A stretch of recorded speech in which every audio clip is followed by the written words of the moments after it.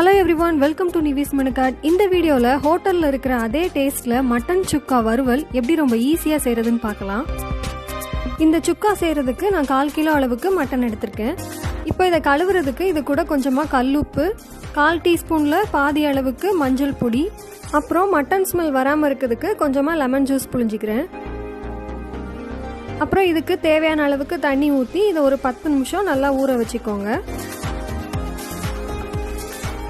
10 நிமிஷம் கழிச்சு இதை 2-3 வாட்டி நல்லா அலசிட்டு அதுக்கப்புறம் தண்ணியெல்லாம் வடிகட்டி இது ஒரு குக்கர்ல சேர்த்துக்கோங்க.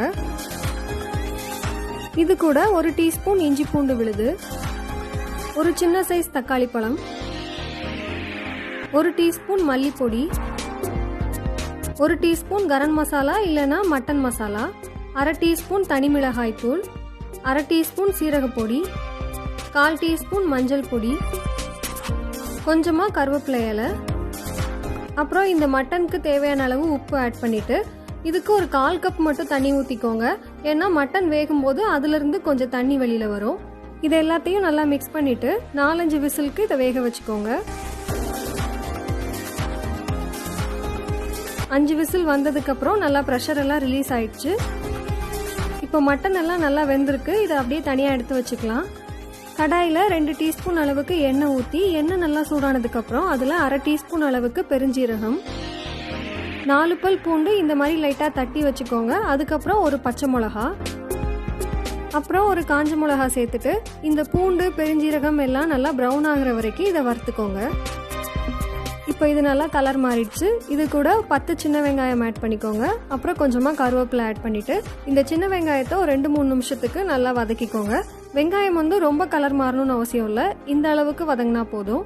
இப்போ இது கூட வேக வச்சிருக்கிற மட்டனை அந்த மீதி இருக்கிற தண்ணியோட சேர்த்து ஆட் பண்ணிக்கோங்க. அடுப்பை மீடியம் ஃப்ளேமில் வச்சுட்டு இந்த தண்ணியெல்லாம் நல்லா வத்துற வரைக்கும் இதை வதக்கிக்கோங்க.